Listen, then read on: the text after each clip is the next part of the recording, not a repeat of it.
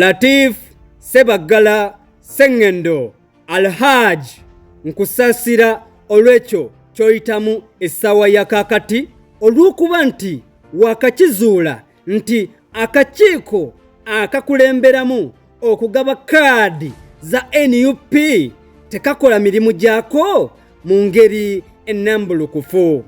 Alhaj Latif Ssebaggala Ssengendo famire yo y'amaanyi mu kibuga Kampala, ate n'ekirala si mu kibuga wokka wabula mu ggwanga lyonna.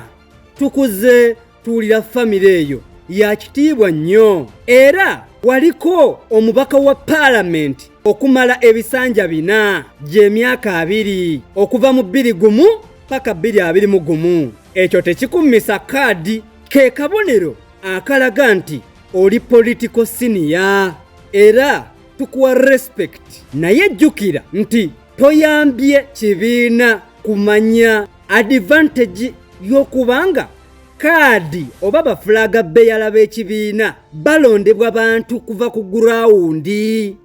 Kaadi ne ziba scripted ne ziweebwa abamu abazze oluvannyuma abatabadde na kibiina kuva mu ntandikwa, ne bazibawa ababadde mu kibiina okuva mu ntandikwa ne bavuya.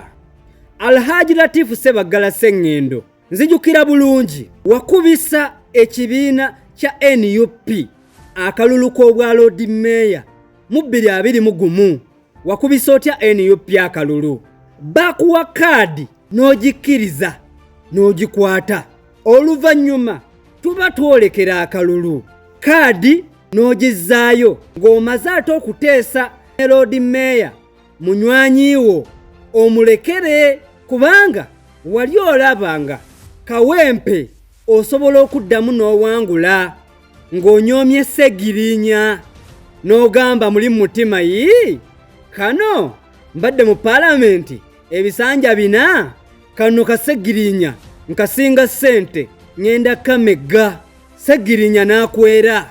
Kati era y'okuzzaayo kaadi n'ova mu lwokaano ye yakubisa NUP akalulu, kubanga omulonzi naddala abalonzi ba Kampala balonda nga bali so sensitive, bagamba kaakati ono gwe bawadde kaadi Nabiira abadde ku bwawuma n'MP Kampala ebbanga ddene, n'ono gwavuganya naye bonna kyekimu, kale katumale galonda ono atera okuyombayombamuko.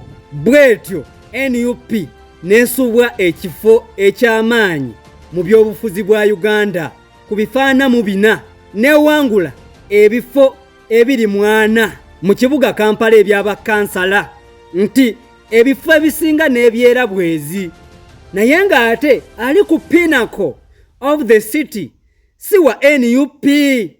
Kati ke kaseera obisasulire, kubanga mwenga ba political seniors mwalemwa okubanga mulungamya ekibiina, mukiyambe kimanye nti abalonzi abali ku ground be balina okwelondera fulaga beyala.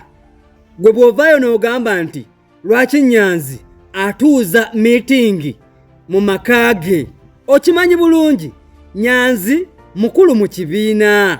Kaakati naffe tusobola okubuuza lwaki bwe waleeta foomu y'okuvuganya ku kifo ky'obwa meeya, lwaki wajja n'omuntu gw'ovuganya naye ku kifo kyekimu Magala Umaru?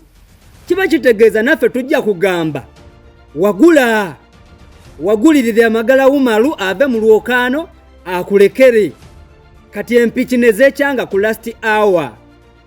Ate n'ekirala tuyinza okugamba nti oyagala kuva mu kibiina ogende mu PFF oba DF kubanga banywanyi bo gye bali, naye nga toyagala kuvaawo ogende ng'olaga nti nno temuyambye kibiina, ng'oyagala ate kukuba bituli mu kibiina.